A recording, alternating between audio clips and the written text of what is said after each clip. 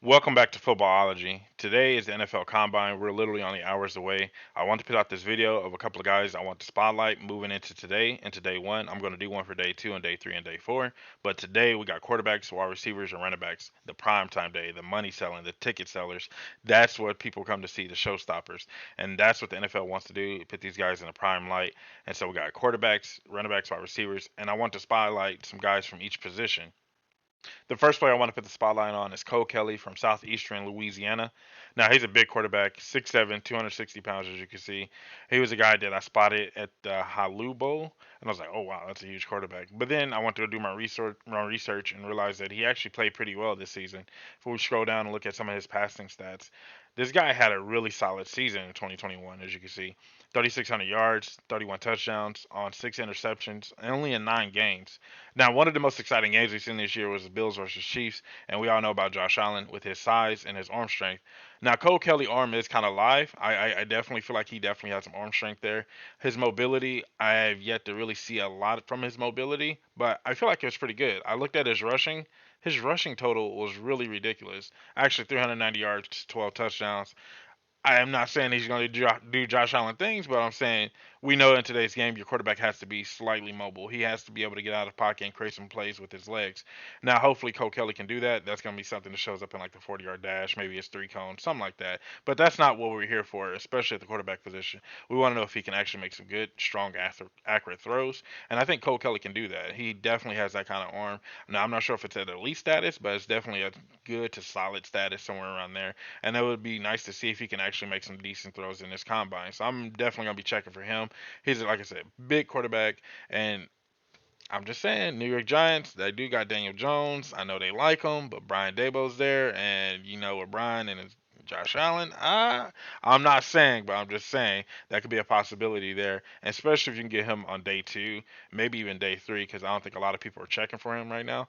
And hopefully, like I said, with a strong combine and he has a strong pro day, and good interviews, he could be a guy that can really work his way up the draft board. And we've seen it happen numerous times, especially at the quarterback position.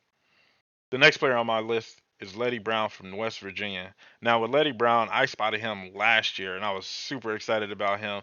Now, when I watch him play, he looks like Alvin Kamara to me. Once again, high praise, high praise, and I hate doing that. But definitely, just to give your eyes something to look at, he's a guy that I really think that has an opportunity to play at the next level, especially from the running back position. Once again, we scroll down, we look at some of his stats and some of the things that he did this season alone. He finished with 10, 16, 5 on the season with 13 touchdowns. It was really solid. Now, the thing that I think the biggest knock when I looked at everything, granted, there's some decent receiving games here and there, but it's not consistent. And I think that's what something people are going to knock him on. People are going to say, hey, can you really catch the ball out of the backfield? But when it comes to running backs and catching the ball out of the backfield, we have to take that with a grain of salt because we don't see it that often in the college league or college level because we just don't know what they're asked. Like if the guy's asked to actually play that kind of position to be that pass catcher out of the backfield, or if he's just purely a runner. I think that was one of the big things about Jonathan Taylor when he came out. People were like, well, can he catch the ball? We know he got fumbling issues, and we know he can run the ball, but he ran it a lot also at Wisconsin. Is he any good? And then look what the Indianapolis Colts did with him this year. Not saying, once again, I'm not saying Letty Brown's those kind of guys, but what I'm saying is when you see the receiving and you don't see the high level or consistent at the receiving position or from the running back receiving that ball that much, don't buy too much into it. We don't know what they were asked to do, but as a running back, if you look at some of his running numbers, look at the game he had against Texas alone. The running the game 33 attempts on this frame, like he's 5'11", 216. On that frame, you put up 33 attempts. That come on. That don't come easy. If you can get a guy that can really be a hard nosed running back and a guy that can really consistently do those things, oh yeah, you're solid. You can live with that all day. And if we come down here and we look at some of the other his career stats, I think that he's been consistent over the last 2 seasons.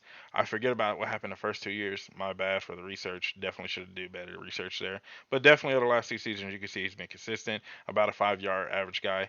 I take that any day of the week from the running back position. So he's a guy that I'm definitely going to be checking for moving forward, and a guy that I think has an opportunity to really do something. Once again, I mean, even if you look at this, 30 catches a year, that's not bad for the running back position, right? I like we're not everybody's going to be Christian McCaffrey. Not everybody's going to be Christian McCaffrey. And so if we can get those kind of productions, maybe even 50 to 60 catches out of the backfield, that'd be really good. I think that's definitely feasible, especially from a guy like Letty Brown. Next on my list, I have Makai Polk. Now, here's a guy that I just found out about today. Not gonna lie to you guys, I've been kind of reading over the list and trying to familiarize myself with some of the players that are going to be on the field today. And his name popped up. Did my research, and I kind of like what I've seen. Honestly, he had a really good, strong season at Mississippi State. The years prior to that, he didn't do too much. I think he was I think he was a Cal, not Southern Cal. I think well, maybe it was Southern Cal. I can't remember, but he didn't do much any at all when he was there. He came to Mississippi State, and that's when he actually had a solid season. As you can see, 105 for 1046 and 9 touchdowns. That's a solid, strong season from the receiver position. 6'3", 200 pounds, if I remember correctly. Yes. And he was a guy that, like I said, I think that Mississippi State really relied on when he got there, and he showcased his talents. He was a big receiver, made some good, strong contested catches.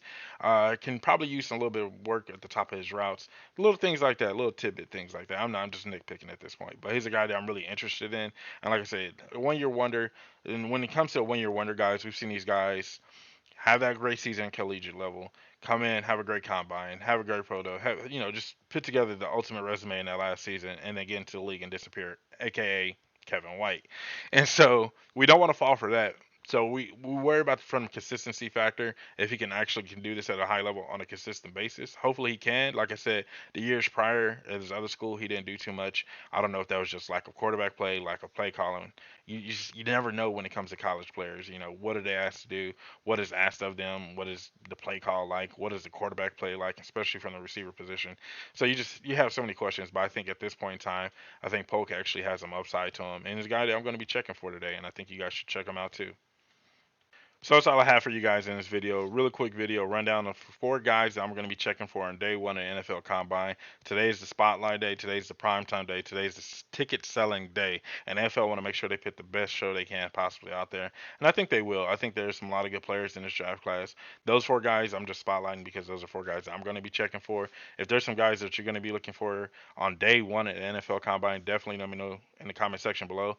And make sure that you hit the subscribe button because I will be doing a recap of day 1 after the whole combine finish. I'm watching it from start to finish, every 40, every jump, every throw, every catch, everything. And once the day is finished, I'm going to come back and maybe recap these guys and also recap some of the guys that probably stood out and really helped their draft stop, in my personal opinion. Not NFL Network or ESPN or any draft analyst, my personal expert, like my personal opinion. Guys, I feel like they really elevated their work and really put in a lot of work and definitely, hopefully, showed out and showed up. So if you guys like that, give it a thumbs up. And also, like I said, hit that subscribe button if you're not a footballologist. And stay safe, football fans.